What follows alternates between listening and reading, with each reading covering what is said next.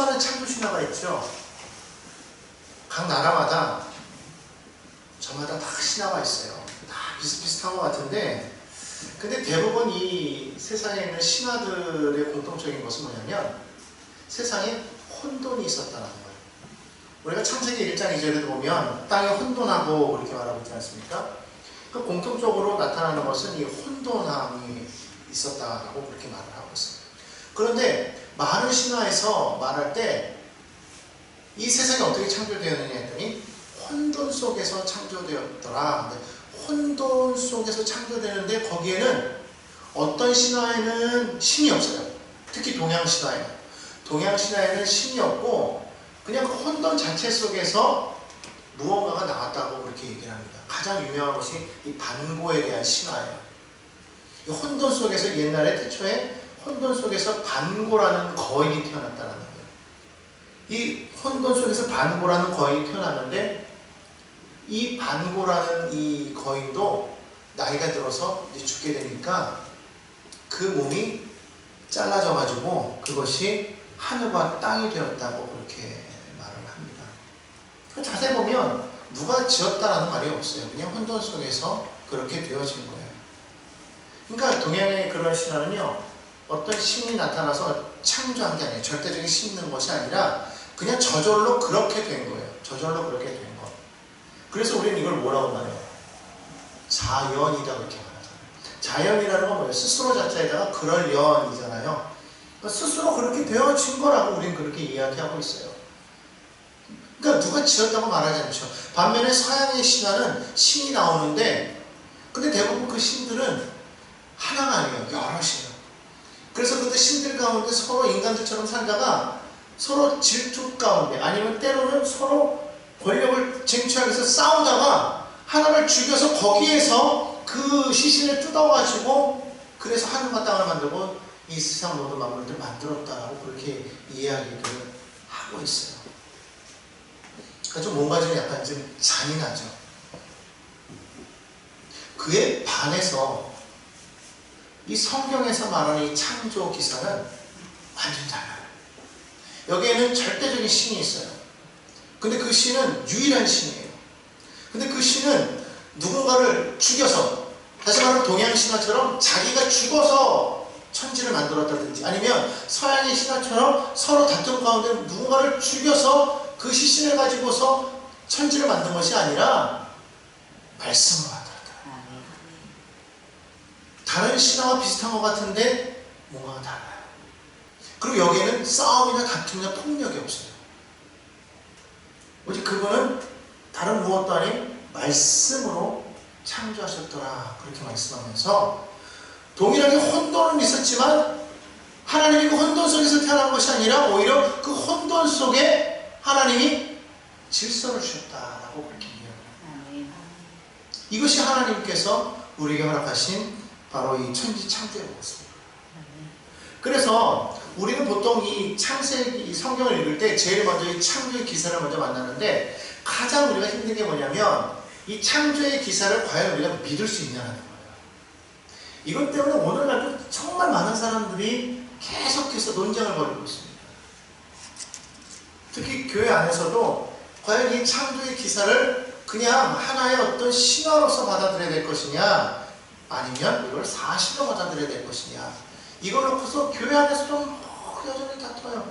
더군다나 이 창조의 이야기보다는 오히려 과학계에서는 뭘 얘기합니까? 우리가 앞에서 말한 것처럼 동양의 설화처럼 모든 것이 저절로 되어졌다라고 얘기를 하는 거예요. 아무것도 없던 것 가운데서 저절로 무언가가 이렇게 생겨나서 그것이 점점 이렇게 성장해 가면서 하나의 거기서 무생물이 생겨났다. 그래서 오늘날까지 진화되어서 왔다. 그렇게 말하는 것이죠. 그래서 그 처음에 아무것도 없던 곳에서 갑자기 먼지들이 모여가지고 이것이 점점 이렇게 뭉치더니만은 그것이 점점 커지면서 폭발하면서 나중에 하나의 큰 에너지가 발생하게 되는데 그걸 빅뱅이다 이렇게 얘기하고 있잖아요. 빅뱅. 그래서 그런 이론을 말하면서 거기서 혹시 터져나가면서 수많은 에너지를 통해서 많은 물질들이 생겨나고 그것이 나중에는 하나의 자연적으로 단세포를 만들어내고 그것이 점점 시간이 지나면서 다세포로 점점 진화해 나가는 과정 속에 오늘날 우리와 같은 모습이 되었더라. 우리가 그렇게 이야기를 하죠. 이런 것 때문에 자꾸만 싸우는 거예요. 창조냐 진화냐 뭐가 맞냐.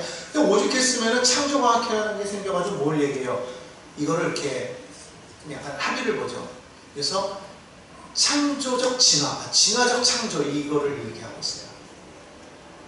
그러나 여러분 우리가 여기서 분명하게 우리가 여기서 결단해야 될 게 하나 있어요. 뭐냐면 창조는 사실이다로 우리가 받아들이면서 시작해야 돼요. 그 신화 아니냐? 그 증명되었느냐? 아니요, 증명된 거 없어요. 단지 우리는 뭘 믿냐면 하나님께서 창세기 1장 1절에 뭐라고 말씀하셨느냐? 이 기록에 태초에 하나님의 천지를 창조하시니라고 뭐하고 있는 거예요? 선포하고 있다. 그러니까 성경은 하나님이 천지를 창조하셨다는 얘기를 그냥 구구절절히 막 이야기를 하면서 이렇게 해서 이렇게 만드신 거야 라면서 우리를 설득하고 있지 않아요. 이걸 증명하려고 하지 않습니다. 성경은 뭐라고 말하고 있어요? 천지를 창조하셨어 라고 선포하는 거예요. 바로 여기에서부터 우리의 믿음이 시작되어야 됩니다. 많은 사람들은 그런 얘기 하잖아요. 증명되지 않는 걸 어떻게 믿을 수 있냐. 증명되지 않는 것이 어떻게 사실이 될 수 있냐라고 말합니다. 그러면서 대부분 우리는 어렸을 때 학교에서 배운 그 이론을 더 우리는 따라가죠. 그래서 그것은 과학이기 때문에 더 이것이 더 맞다. 성경에서 말하는 것 같은 그런 신화적인 것이 아니라 신앙적인 부분이 아니라 과학적으로 이야기하는 것이 더 맞다라고 이렇게 이야기를 하고 있어요. 하지만 여러분 정말 과학에서 말하는 그 빅뱅 이론이 자연생물 발생론이 정말 그것이 증명된 사실입니까? 그렇지 않잖아요. 여러분 잘 아는 것처럼 빅뱅을 이론이라고 말하잖아요. 빅뱅 이론. 이론이라는 것은 뭐냐면 가설이라는 거예요. 말 그대로 그랬을 것이다 라고 말하는 것이지 이것을 증명할 수가 없어요. 실질적으로 그렇게 되었다고 말하지만 그것을 본 사람이 없다는 거예요. 사람들이 말하잖아요. 창조를 봤습니까? 못 봤어요. 그럼 물어보는 거죠. 그럼 빅뱅 안의 현상을 봤습니까? 못 봤던 거예요. 단지 그럴 것이다 라고 그렇게 가설을 세웠어요. 그걸 이론이라고 말하는 거예요.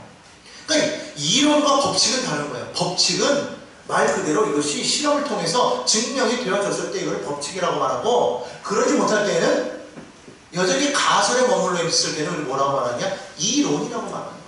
그렇기 때문에 빅뱅도 이론이고 거기에서 자연적으로 생물들이 발생되었다고 말하는 건 또한 이론이고 거기서부터 점점점 단세포에서 다세포로 그래서 오늘날 많은 생물로 이렇게 진화해 나갔다는 것도 우리는 진화 법칙이라고 말하지 않고 진화론, 진화 이론이라고 말합니다. 다시 말하면 가설이라는 거예요. 그러니까 결국은 과학이라는 이름 하에 이와 같은 이론들이 나왔지만 결국 이것 또한 증명되지 못한 거예요. 오늘 우리는 그러므로 여기서 결단해야 되는 건 뭐냐면 하나님이 천지를 창조하셨다라고 말하는 이 말과 모든 것이 아무것도 없던 것 가운데서 먼지들이 모여가지고 갑자기 오늘 뻥 터져가지고 이것이 올라와 같은 그런 에너지를 만들어서 그래서 자연적으로 생물들이 발생돼서 지금까지 이렇게 진화되어 나왔다고 말하는 그 이론을 믿는 것. 둘 중에 어느 것을 믿겠냐는 거예요. 여기에 대한 결단이 필요하다는 거예요. 다시 말하면 하나님이 천지를 창조하셨다는 것도 믿어야 될 것이고 우리가 과학이라고 말했던 그 모든 이론들도 사실은 사실이 아니라 뭐라는 거예요? 우리가 믿어야 될 그런 이론이었다는 거예요. 그러니까 결국 우리는 이것을 우리는 어느 것을 믿을 것이냐를 반드시 선택을 해야 된다는 것이죠. 그렇기 때문에 오늘 뭐 여기서 뭐 더 깊게 들어갈 수도 있겠지만 오늘은 예배 시간이라 그렇게 깊게 들어가지 않고 결론적으로 말하면 그래서 뭐다? 우리가 이 성경을 읽을 때 제일 먼저 부딪히는 이 부분 1장 1절을 그냥 넘어가서는 사실은 성경을 우리가 읽었다라고 말할 수가 없다. 이 부분이 막혀버리면 사실은 성경을 온전히 믿는다고 말할 수가 없다는 거예요.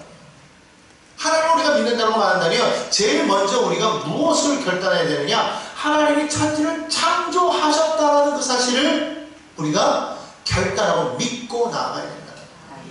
그것이 이루어지지 아니하면 사실은 우리의 믿음은 마치 허공에 떠 있는 다리와 같은 거예요. 허공에 떠 있는 다리는 어떻게 될까요? 무너질 수밖에 없다는 거예요. 그와 같은 믿음 안에 있기 때문에 사람들이 이 부분이 이해가 안 되니까 사실 살아가면서도 사람들이 믿음에 막 흔들릴 때가 있어요. 왜 그러냐면 다리가 없기 때문에, 기초가 없기 때문에. 하나님께서 천지를 창조하셨다는 것이 이것이 얼마나 우리의 믿음을 세워나가는데 중요한지 모른다는 거예요. 이것이 있어야 우리 믿음이 흔들리지 않는다. 중요한 건 뭐다? 이것을 받아들이고 안 받아들이고는 누구의 몫이다? 독자의 몫이라는 거예요. 즉 우리의 몫이라는 거예요. 우리가 이것을 받아들일 것인지 말 것인지 결국엔 누구에게 달려있냐면 우리에게 달려있다는 것입니다. 결국 하나님의 창조를 우리가 믿기 어렵다면 성경에 나와 있는 다른 거는 더 믿기 어려운 거예요. 여러분 창조가 믿기 어려운데 예수님의 부활이 여러분 믿어지십니까? 믿을 수가 없다는 거예요. 하나님의 아들이 이 땅에 오셔가지고 십자가를 지고 죽으셨다? 이걸 우리가 어떻게 믿을 수가 있겠냐는 거예요. 그렇기 때문에 우리는 이 이야기를 증명하려고 해서는 안 된다. 그냥 성경에서는 그대로 이걸 선포하면서, 왜 그러냐면 우리의 지금 현재의 우리의 그 지식과 이 두뇌의 한계로는 그것을 도무지 알 수가 없기 때문에 그렇더라는 거예요. 여러분 어린 아이들에게, 갓 태어난 어린 유치원생 아이들에게 여러분 미분적분이라는 것을 여러분 가르치려고 한번 해보십시오. 아니 숫자에 대한 개념도 아직 제대로 되어지지 않은 아이가, 사칙 연산도 되지 않은 아이가 갑자기 얘 미분적분이라는 게 있거든, 함수라는 게 있거든, 통계라는 게 있거든, 이걸 내가 설명해 줄게 맨날 외치고 설명한다고 해서 그 아이가 그걸 듣고 아 그렇군요 하고 말할 아이는 없다는 거예요. 고등학생이 되어도 그걸 이해하는 애가 있고 이해하지 못하는 애가 있다는 거예요. 아 하물며 그것도 우리가 이해하기 어려운데 생각해 보십시오. 하나님이 지으신 천하 만물의 모든 것들을 여러분 이해할 수 있습니까?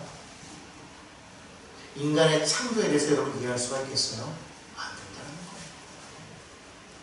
그렇기 때문에 하나님께서 우리에게 행하신 건 뭐예요? 선포하신 거예요. 우리가 아이들에게 무언가를 가르칠 때 어린아이들에게는 딱 뭐를 얘기합니까? 이거는 이거야 라고 말을 하지 이거는 이건데 왜 그러냐 하면을 말하지 않는 거예요. 먼저는 이거를 우리는 그거를 알기 때문에 먼저 선포한 다음에 나중에 자라서 커지면 그때 가서 뭐예요? 그때 가서 설명을 하는 거예요. 그래서 유대인들은요 어렸을 때는요 성경을 읽을 때 절대로 가르치지 않는데요. 유대인들은요 13살이 되면 성인식을 치른다고 합니다. 그러니까 그 이전까지는 성경을 어떻게 하냐면 무조건 읽게 해요. 읽을 뿐만 아니라 어떻게까지 하냐면 그냥 암기하게 계속해서 성경을 읽고 암기. 근데 그들에게 성경은 사실은 모세오경이잖아요. 근데 이들은요 모세오경을요 계속해서 읽으면서 외우는데 그것이 무슨 의미인지 모르고도 계속 읽는 거예요. 설명 안 해줍니다. 가르쳐주지 않아요. 그냥 읽어요. 근데 이것을 어느 정도 계속 읽고 또 읽고 또 읽고 또 읽는 가운데 이것이 내 안에 체득되어지면 그 다음부터는 이것이 이제 이해할 수 있는 단계가 오잖아요. 그럼 그때 비로소 뭐 한다는 거예요? 성경을 가르친다는 거예요. 그러니까 성인이 되기 전까지는 할 수 없어. 왜? 해줘봤자 이해가 안 되는 거예요. 그럼 그런 사람들에게 필요한 건 뭐냐면 무조건 읽으라는 거예요. 무조건 외우라는 거예요. 이해가 안 되면 외우라는 거예요. 이해가 안 되면 그냥 그렇다고 받아들이라는 거예요. 이 이야기는 하나님께로부터 말씀을 받은 사람들이 이것을 적은 것이기 때문에 그들은 영으로 보았겠죠. 이미 벌써 아는 사람들이 이것을 기록했기 때문에 그 말씀은 우리에게, 우리 같은 초짜 신앙들에게는 뭐밖에 없더라? 선포밖에 없더라. 그러니까 여러분 창세기를 읽기 시작할 때, 성경을 읽기 시작할 때 우리가 해야 될 첫 번째는 뭐냐면 무조건 1장 1절을 선포하면서 나아가시기 바랍니다. 한번 따라해볼까요? 태초에 하나님이 천지를 창조하시니라. 여러분 이게요 우리의 입술에서 늘 고백이 돼야 돼요. 아멘. 하나님이 창조하셨다는 것이죠. 아멘. 실화가 아니라는 거예요. 더 이상 과학만이 사실이 아니라는 거예요. 자, 그렇다면 도대체 하나님이 천지를 창조하신 것이 우리와 무슨 상관이 있냐라는 거예요. 그렇죠. 하나님이 천지를 창조하신 것이 우리와 무슨 상관이 있습니까? 상관이 있죠. 무슨 말이냐면 하나님이 우리를 잘 하신다는 거예요. 아멘. 나도 나를 몰라요. 그런데 하나님은 나를 잘 아신다는 거예요. 아멘. 여러분 부모가 자녀를 낳잖아요. 자녀를 낳으면 부모는요 누구보다도 내 자녀를 너무 잘 알아요. 다른 자녀보다도 내 자녀는 너무 잘 알아요. 어디에 놓여 있어도 내 자녀의 목소리는요 부모는 정확하게 알아듣습니다. 그리고 그 자녀의 그 소리를 듣고 이 자녀가 지금 어떠한 상태이구나를 짐작해요. 왜 그렇습니까? 부모이기 때문이에요. 내가 그를 만든 게 아닙니다. 그냥 낳았을 뿐이에요. 나를 통해서 그가 태어났을 뿐입니다. 그럼에도 불구하고 우리는 그 자녀를 알아요. 그런데 하물며 나를 만드신, 나를 지으신 이가 얼마나 나를 더 잘 알겠냐. 하나님이 나를 지으셨다. 하나님이 모든 것을 창조하셨다는 것을 통해서 우리는요, 아, 그분이 나를 누구보다도 잘 아시는구나라는 것을 우리가 고백할 수가 있다는 거예요. 그건 무슨 말이냐면 지금 나의 형편과 나의 모든 어려움을 하나님이 아신다는 거예요. 그거를 알기 때문에 우리는 어떠한 상황에 놓여 있어도 하나님께서 우리를 고아와 같이 버려두지 아니하실 것이라는 것 또한 알 수 있다는 거예요. 지금 내가 힘들고 어려움에 처해 있을 수도 있어요. 그렇지만 그런 상황이 결코 우리를 망하게 만드느냐? 그건 아니라는 거예요. 사람들은 그렇게 얘기합니다. 하나님이 너를 아는데, 하나님이 너와 함께 하시는데 왜 너의 삶이 그래? 라고 말할 때 우리는 뭐라고 말할까요? 그럴 때 우리는 요셉의 이야기를 들 수가 있습니다. 여러분 성경에 보면 요셉은 하나님을 너무나도 잘 알았어요. 하나님도 요셉을 너무나도 잘 알았어요. 그래서 뭐라고 말합니까? 하나님이 요셉과 함께 하시니 그가 형통하였더라 라고 성경은 말하고 있습니다. 여러분 자세히 보십시오. 형들에게 팔려가는 것이 형통입니까? 노예로 팔려가서 거기서 주인의 모함을 받고서 감옥에 가는 것이 형통입니까? 그런데 성경은 그가 형통한 자라고 말하고 있습니다. 그리고 여전히 말합니다. 하나님이 그와 함께 하셨다고 말하고 있습니다. 여러분 이것이 결국은 하나님께서 보시는 것과 우리가 보는 것은 너무나도 차이가 난다는 거. 우리가 인생을 바라보는 것과 하나님이 우리 인생을 바라보는 것은 너무 큰 차이가 있다는 거예요. 나이가 든 어른들은요 세상 돌아가는 것을 압니다. 어린아이들은 몰라요. 그렇기 때문에 어린아이들의 우주는 좁습니다. 공간이 작아요. 어릴 때는 구슬과 딱지가 최고일 수 있지만 나이가 들면 그건 아무것도 아닌 거예요. 어렸을 때는 만화 영화가 최고로 재미있는 것이 될 수도 있겠지만 그러나 커서는 그게 아닌 것을 우리가 알 수 있어요. 왜냐하면 세상이 보이기 때문이라는 것이죠. 점점 지식이 넓어져가고 우리가 경험이 많아질수록 세상을 대하는 우리의 모든 태도가 달라질 수밖에 없다는 거 아니겠습니까? 오늘 여러분 우리 하나님은 우리를 너무나도 잘 아시기 때문에 그 하나님이 우리와 함께하고 있는데 그런데 지금 나의 삶이 지금 뭔가 좀 내가 생각하는 것과 달라. 저 사람 믿지 않는데 너무 잘 살고 나는 믿는데도 불구하고 내 삶은 왜 저들에 비해서 좀 이렇게 궁핍할까 했을 때 아 하나님이 안 계신가 아니라는 거. 하나님이 나를 미워하시다 아니라는 거. 나의 삶이 형통하지 못한가 아니라는 거예요. 그 삶 속에서 우리가 믿음을 잃지 않아야 될 건 뭐냐면 하나님이 나를 지으셨다는 그것이 온전하게 있을 때 하나님이 창조주 하나님, 나를 지으신 하나님, 세상 모든 것을 지으신 하나님이라는 것을 우리가 온전히 믿을 때 지금 나의 삶이 이렇다고 해가지고 이것이 끝이 아니라는 것을 우리는 고백할 수 있다는 거예요. 그래서 어떠한 순간 속에서도 그들의 믿음은 결코 떠나지 않기 때문에 결국 마침내 우리는 욥의 승리를 보았던 것처럼 그와 같은 것을 인생 속에서 발견하게 되더라는 거죠. 그냥 그때그때 일어나는 상황의 모습을 보면서 아이 거봐가 아니라 그럼에도 불구하고 하나님께서 역사하실 때 이것이 어떻게 변해가는지를 모른다는 거예요. 생각해 보십시오. 130년 전에 이 땅에 복음이 들어왔는데 복음이 들어올 그때 우리는 어떻게 됐습니까? 일제의 식민지가 되어버렸어요. 이 나라를 구원하기 위해서 많은 사람들이 노력했을 때 그들 가운데 믿는 사람들이 너무나 많았습니다. 여러분 그들은 어떻게 됐습니까? 다 형장에 있어서 사라지거나 고난을 당했어요. 근데 결국 이 나라가 해방됐습니다. 해방되고 난 다음에 어떻게 됐어요? 민족 간에 전쟁이 일어났어요. 초토화가 되어버렸어요. 여러분 그때 이미 이전에 평양에서는요 엄청난 대붕이 일어났었어요. 우리나라의 초창기 1900년 초에 평양에 엄청난 성령의 부흥 불동이 일어나가지고 평양 시내가 완전히 뒤집어지고 그때 당시에는 평양을요 동양의 예루살렘이라고 그랬다고. 그 정도로 부흥이 일어났었어요. 근데 그때 뭐가 있었어요? 우리는 일본의 식민지가 됐어요. 전쟁이 일어나서 이 땅을 초토화되어 버렸어요. 근데 오늘 보십시오. 어떻게 됐습니까?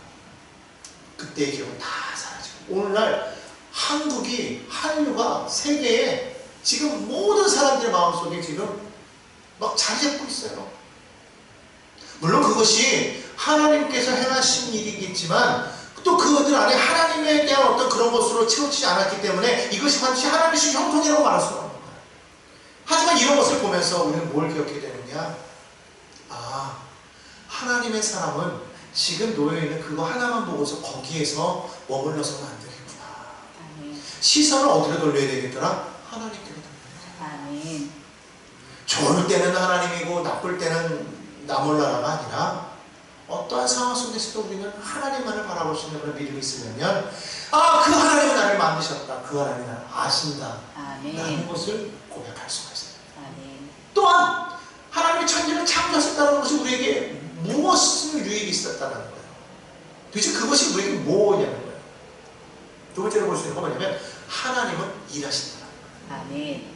하나님이 천지를 창조하셨다는 것은 하나님께서 지금도 일하고 계신다는 거예요. 아멘. 여러분 우리 하나님은요 가만히 두 손 놓고 그냥 가만히 계시는 분이 아니라 지금도 그의 백성들을 위해서 일하고 계시는 거예요. 우리가 그럼 어떻게 할 수 있냐면 이 세상 만물을 돌아가는 시스템을 보십시오. 여러분 이게 어떻게 이렇게 돌아갈 수 있을까요? 누가 컴퓨터로 뭐 자연 만물에다가 어떠한 장치를 해놨나요? 그렇지 않잖아요. 정확하게 돌아갑니다. 변함없이 돌아가는 거예요. 인간들이 오히려 엉망으로 만들어서 이 땅에 이상기후가 오고 변화가 생기고 자꾸만 재해를 만나는 것이지 사실 자연은요 하나님께서 만드신 그대로 그냥 두면 너무나도 완벽하게 돌아가고 있다는 거예요. 여러분 그 하나님께서 만물만을 위해서 움직이실까요? 아니라는 거예요. 우리를 위해서 움직이신다. 왜 그것을 우리가 믿을 수 있냐면 바로 세 번째 이야기예요. 뭐냐? 이 모든 창조가 사실은 사람을 위한 것입니다. 아멘.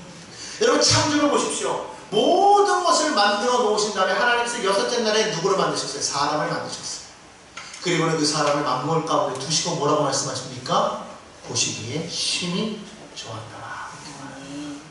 단순히 그냥 모든 것을 만드실 때마다 좋았더라 하신 그 하나님께서 다 만들어 놓고 사람을 그 가운데 딱 두었을 때 뭐라고 말씀하시냐? 좋았더라. 어떻게? 심히 좋았더라. 아멘. 왜 그러냐면 마치 이것과 같은 거예요. 여러분 자녀를 낳았을 때 어린아이를 낳을 때 어린아이를 임신했을 때 여러분 기억하십니까? 그때 보통 대부분의 엄마 아빠는요 그 아이를 위해서요 방을 따로 준비해요.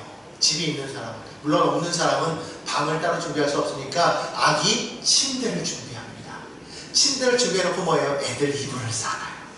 아주 이쁘고 아름다운 폭신폭신하고 진짜 부모가 더 좋아해. 애들이 그걸 뭘 알아요? 부모가 좋아하는 거예요. 그런 이불을 사놓고서요 거기서 그 다음에 뭐예요? 애기 옷, 애기 신발, 그리고 이 위에다 다는 모빌. 여러분 애기들은요 어렸을 때 그 모빌이 뭔지도 몰라요. 그럼에도 불구하고 부모들은요 뭐 색깔이 어떤 거, 모양이 어떤 거 그냥 대충 검은 거 아무거나 걸어놔도 애들은 신기하게 걸어보게 돼 있는데도 불구하고 그냥 부모가 좋다고 막 그냥 좋은 거, 이쁜 거. 특히 요즘 부모들은요 유모차도 얼마나 좋은 걸로 사는지 아주 전용으로 삽니다.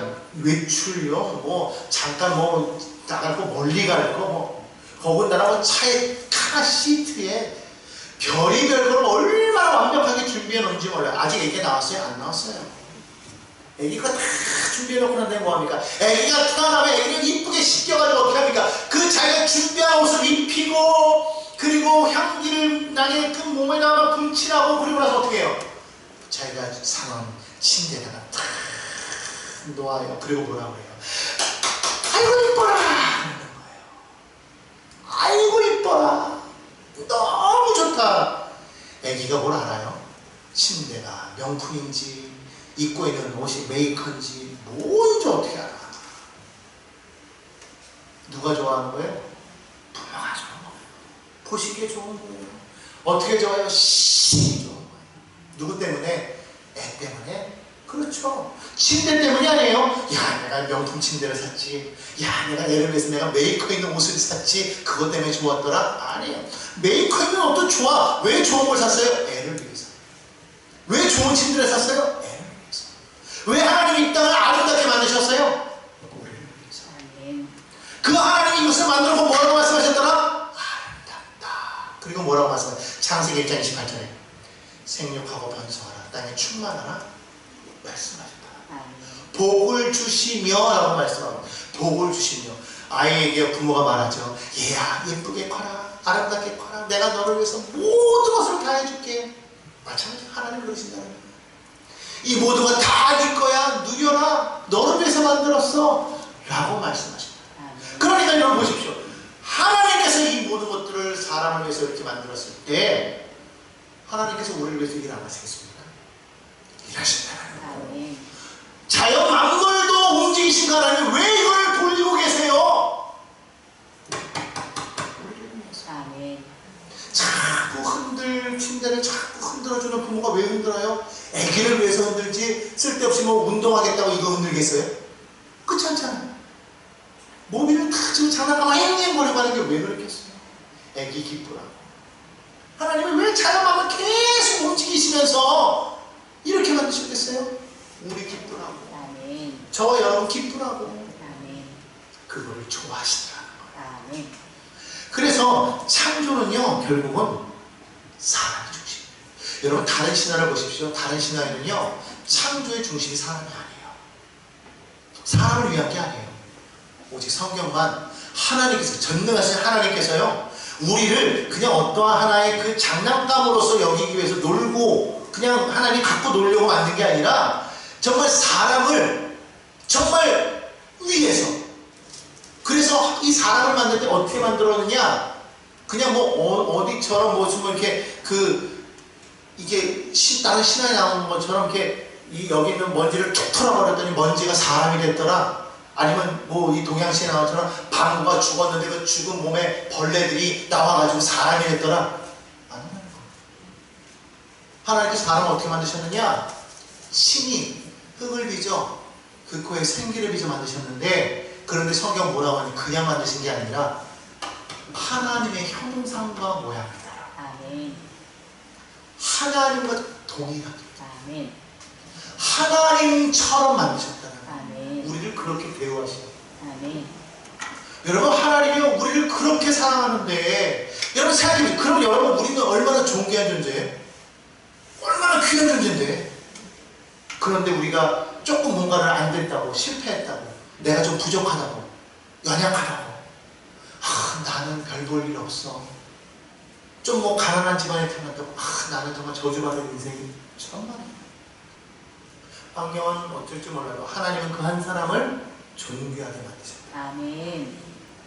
그럼 여러분 우리가 얼마나 존귀한 존재인데 우리가 그 하나님을 온전히 믿고 나아가면 하나님께서 우리를 아름답게 만드시지 않겠습니까? 아멘. 우리가 먼저 포기하는 거예요. 우리가 실망하는 거라고. 환경이 그러니까 우리가 실망하는 거라고. 우리가 낙심하는 거지 하나님은 한 번도 우리를 먼저 버리신 적이 없어요. 여러분 그걸 아셔야 됩니다. 한 번도 우리를 그냥 내버려 두지 아니하신다. 우리가 나는 고아야, 나는 버림받았어, 나는 아무것도 아니야 라고 말하는 것이지 하나님은 지금도 우리를 붙잡고 계시다는 것을 여러분 기억하시기 바랍니다. 아멘. 자 그러면 이 모든 창조가 사람을 위해서 만드셨는데 오늘 한 가지만 더 보면 그럼 우리 창조의 순서가 어떻게 되는지 한번 살펴보기로 원합니다. 자 3절을 보면은요 이렇게 말하죠. 하나님이 이르시되 빛이 있으라 하시니 빛이 있었다라고 그렇게 이야기를 합니다. 이 이야기를 하기 앞서서 2절에 가면은 그렇게 말해요. 땅이 혼돈하고 공허하며 흑암이 깊음 위에 있고 하나님의 영은 수면 위에 운행하시니라 그렇게 말하고 있습니다. 여기 보니까 땅이 있어요. 벌써 땅이 있어요. 그래서 많은 학자들은 이 창세기 1장 1절과 그 다음에 시간적인 공간이 있다라고 그렇게 얘기하는 사람들이 있어요. 처음에 땅이 있었는데 그 땅은 실패한 땅이라고 얘기하는 사람들이 있다는 거예요. 이건 그냥 이야기일 뿐이니까 그렇게 얘기하지 마시고, 어쨌든 땅이 있는데 어쨌든 그 땅은요 혼돈이 돼요. 그러니까 다시 말하면 이거를 현대인의 성경에 보면요, 땅이라는 것이 지구를 표현하고 있는데 이 지구가 있긴 있는데 공허했대요. 비어 있었대요. 비어 있고 아무것도 없고 그냥 어둠만 있었다라는 거예요. 이 말은 무슨 말이냐면요, 혼돈하다, 질서가 없어요. 공허하다, 의미가 없어요. 흑암이 있다, 방향감각이 없는 거예요. 목표가 없는 거예요. 당시의 상황이 그랬다라는 거예요.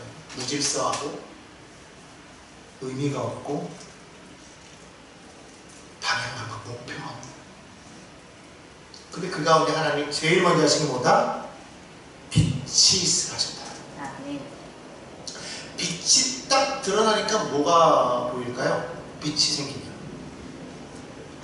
방향감각이 생긴다. 존재의 유무가 생긴다. 여러분, 흑암이 기품이 있다라고 말하는 건 이거는요 뭐냐면 이게 우리 삶에 의미가 없다라는 걸 말하는 거예요. 의미가 없어. 여러분, 어두우면 뭐가 보입니까? 뭐 여러분, 칠흑 같다라는 말을 여러분 경험해본지 모르겠어요. 옛날 어른들은 아마 옛날에는 빛이 별로 없었으니까 그때 당시 보면은 왜 밤에 나가면 정말 어둡잖아요. 큰 치 앞도 안 보이는 거. 저도 예전에 저 어렸을 때에 저희 애를 데리고서 그냥 아주 어렸을 때요. 그 시골에 무슨 뭐 이렇게 체험하러 간다고 이제 아빠랑 둘이 하는 게 있었어요. 걔만 데리고서 딱 갔는데 밤에 애가 목이 마르다고 해가지고 물을 가지러 가야 되겠는데 일단 불을 켰어요. 아니 후레쉬를 가지고 나왔어. 밖으로 나왔는데 야 세상에, 나는 처음 경험했잖아요. 어쩌면 앞이 정말 내 앞이 안 보여. 너무 안 보여가지고 더듬더듬 가다가 제가 못 나왔어요. 왜냐하면 거기가 2층이었거든요. 밖으로 이렇게 올라가가지고 2층에서 잤기 때문에 이걸 이러다가 못 가고 들어와가지고 야 얘들아 미안하다. 도무지 못 보겠다. 이게 빛을 비춰도 안 돼. 안 보여. 너무 어두워. 너무 어두운 거야. 칠흑하죠. 어두우니까요 뭐가 있는지 몰라요. 어두우니까요 방향감각이 사라져요. 어둡다라는 건요 이런 거예요. 내 존재의 의미가 없는 거예요. 다 사라져버리는 거예요. 나도 없어요. 내가 정말 있는 것인가? 어둠이라는 게 그런 거예요. 우리가 어둠 가운데 빠져버리면요 내가 사라져버리는 게 그래요.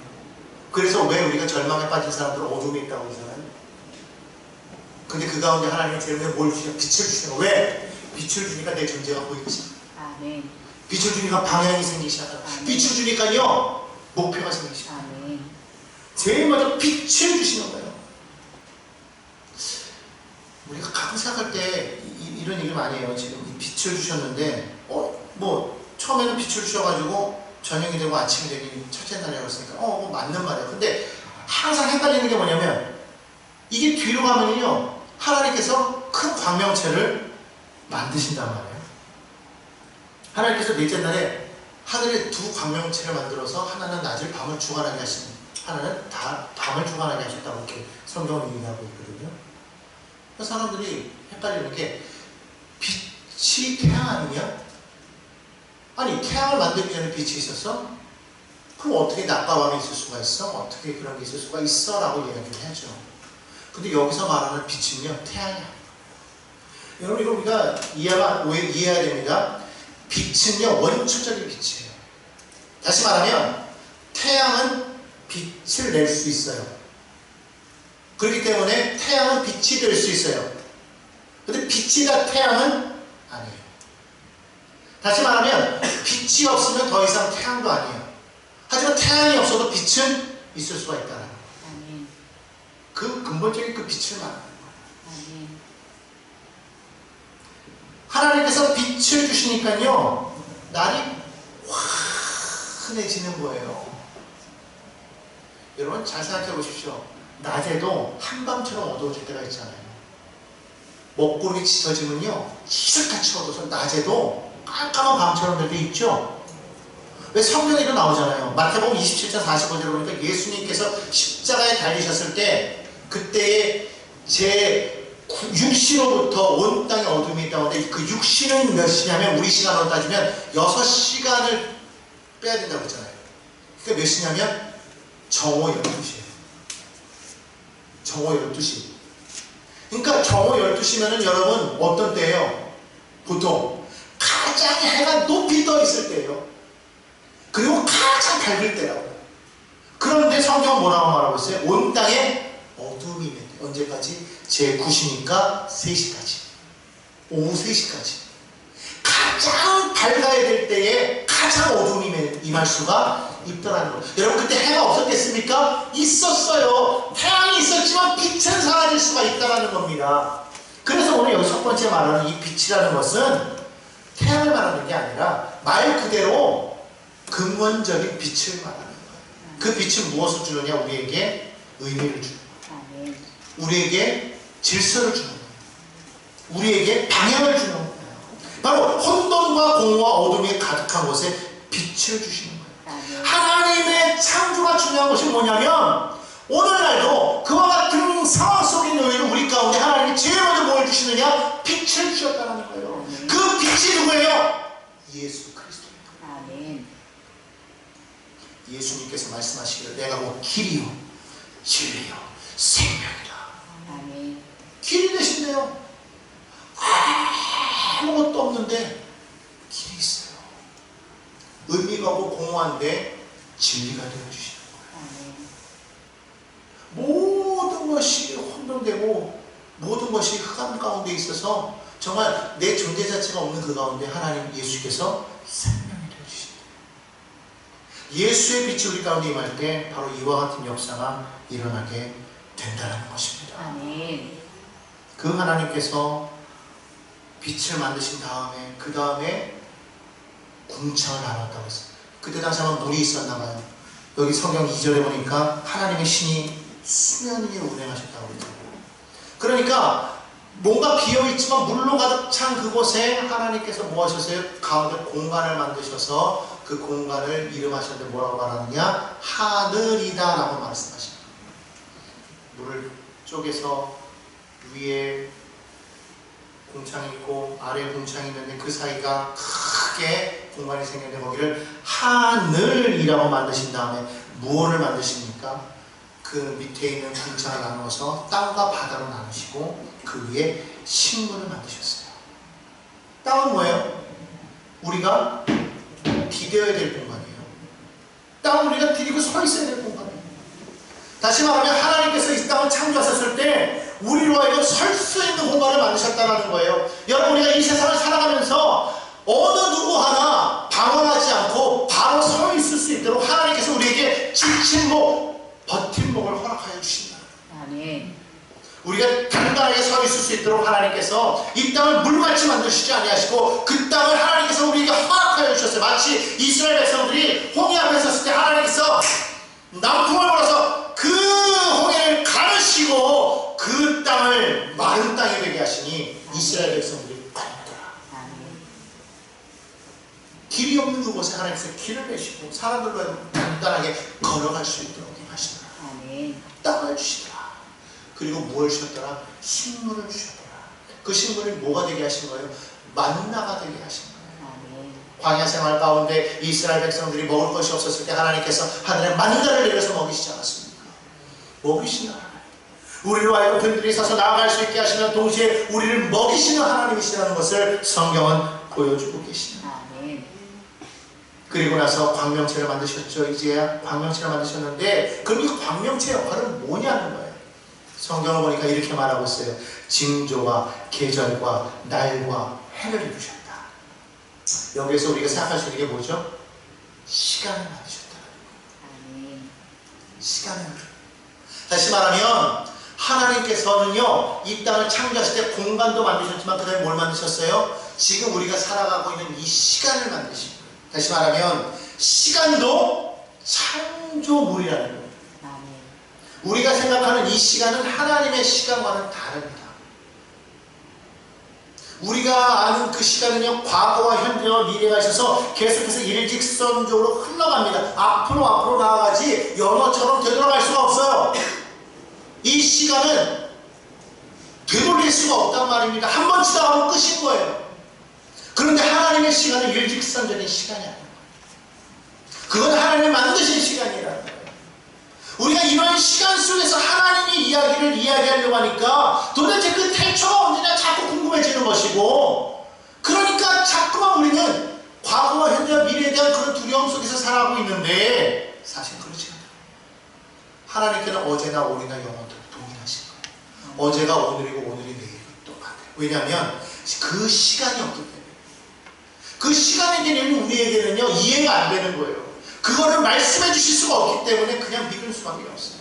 그러나 과학자들은 이미 벌써 그 시간의 개념을 연구를 통해서 이미 알고 있어요. 아, 차원이 다르구나. 그래서 우리가 알고 있는 이런 우리가 흔히 말하는 영적인 4차원의 세계를 말하고 있지만, 과학적인 세계에서는요 10차원도 있고요, 20차원도 있고요, 30차원도 있어요. 엄청나게 많은 차원이 있습니다. 그 차원 속에서 어떤 시간대를 우리가 동일하게 공유하기도 한다라고 과학자들은 그렇게 얘기해서 많은 영화들을 만들잖아요. 근데 사실은 그 모든 것들은 사실 우리의 생각 속에서 만들어진 것이고, 하나님의 시간은 그만큼 무한하고 다양하다. 그런 시간 속에서 우리는 그저 이 일직선적인 그냥 시간의 흐름 속에서 우리는 살아가고 있는데, 그런 시간의 흐름에 우리가 묶여가지고 살지 말자는 거예요. 하나님께서는 그것을 이루시며 그것마저도 우리에게 선물로 주시고 우리가 그것을 다스릴 수 있게 하셨다는 거예요. 그리고 하늘의 바다와 생물들을 만드시고 땅에도 생물들을 만드셨는데 그들에게 동일하게 뭐라고 말씀하시느냐? 생육하고 번성하여 충만하라. 여러분, 이걸 우리가 알아야 돼요. 하늘의 새, 바다의 물고기, 땅의 짐승들 다 하나님께서 복을 주셨다는 거예요. 누구와 똑같이? 우리와 똑같이. 우리와 동일하게 복을 주셨어요. 단, 우리 인간에게 한 가지 더 주신 게 있어요. 그게 뭔가요? 너희는 그들을 다스려라. 이렇게 말하고 있어요. 다스림에 대해서 지난번부터 여러분에게 말씀드렸지만, 다스림은요 정복하는 게 아닙니다. 지배하는 게 아닙니다. 다스림은 뭐예요? 돌봄이에요.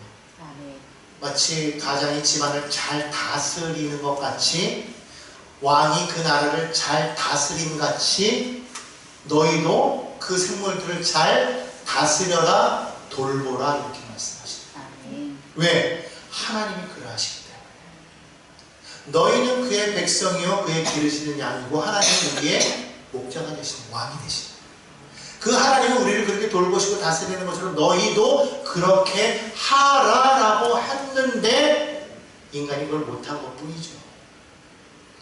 그 결과 오늘날도 지금 인간이 그걸 잘 다스리지 못하기 때문에 오늘날 이 지구가 이와 같이 망가져가고 이상기후로 재해를 겪고 있는 것이고, 사실 하나님께서는 이 땅이 그렇게 되기를 원하지 아니하셨다라는 거예요. 자, 그러면 오늘 우리가 이것을 통해서 우리가 알 수 있는 건 무엇이냐?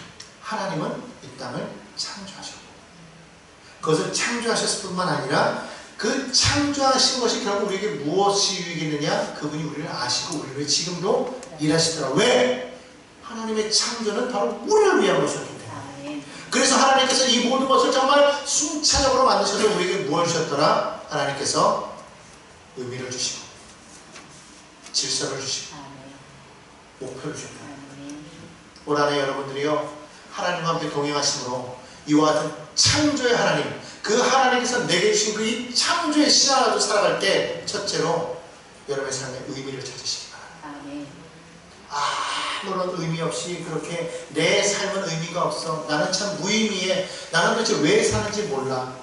혹시 연세 드신 분들도 그런 얘기할 때 있어요. 나는 정말 왜 사는가?